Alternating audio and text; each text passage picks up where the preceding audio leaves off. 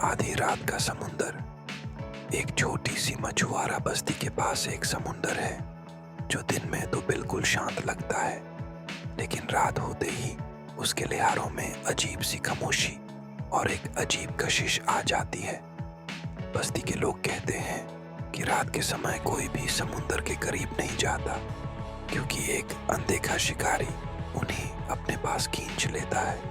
कहानी शुरू होती है। काव्या एक मरीन बायोलॉजिस्ट है जो समुंदर के अजीब फिनोमेना पर रिसर्च करने के लिए इस बस्ती में आई है। उसने सुना है कि यहाँ लोग कहते हैं कि समुंदर के बीच एक छोटा सा टापू आइलैंड है जो सिर्फ पूरी अंधेरी रात में दिखाई देता है।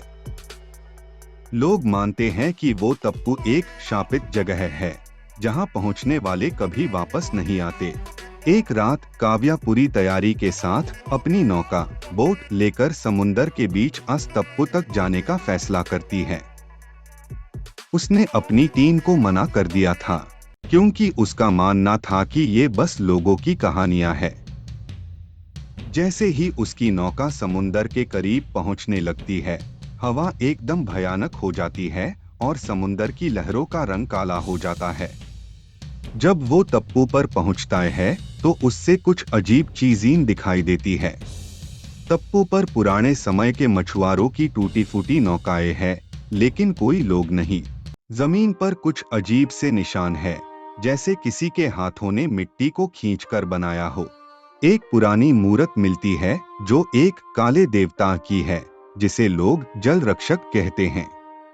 उस मूर्त के पास एक किताब मिलती है जिसमें लिखा होता है कि ये देवता अनलॉग ऑन की रूहों को अपनी जगह खींच लेता है जो उसके समुंदर में बिना इजाजत कदम रखते हैं।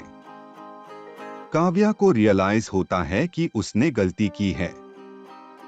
उस समय एक भयानक आवाज समुंदर के अंदर से आती है। काव्या अपनी जान बचाने की कोशिश करती है, लेकिन टापू से निकलना असंभव लगता है। टापू के पेड़ और मिट्टी उससे बंधने लगते हैं, जैसे वो इस जगह का हिस्सा बन रही हो।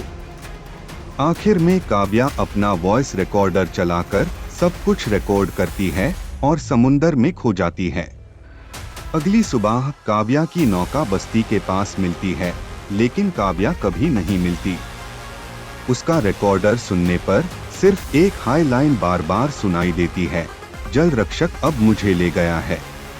काव्या अपनी जान बचाने की कोशिश करती है, लेकिन टापू से निकलना असंभव लगता है। टापू के पेड़ और मिट्टी उससे बंधने लगते हैं, जैसे वो इस जगह का हिस्सा बन रही हो। आखिर में काव्या अपना वॉइस रिकॉर्डर चलाकर सब कुछ रिकॉर्ड करती है और समुंदर में खो जाती है। अगली सुबह काव्या की नौका बस्ती के पास मिलती है, लेकिन काव्या कभी नहीं मिलती। उसका रिकॉर्डर सुनने पर सिर्फ एक हाई लाइन बार बार सुनाई देती है, जल रक्षक अब मुझे ले गया है।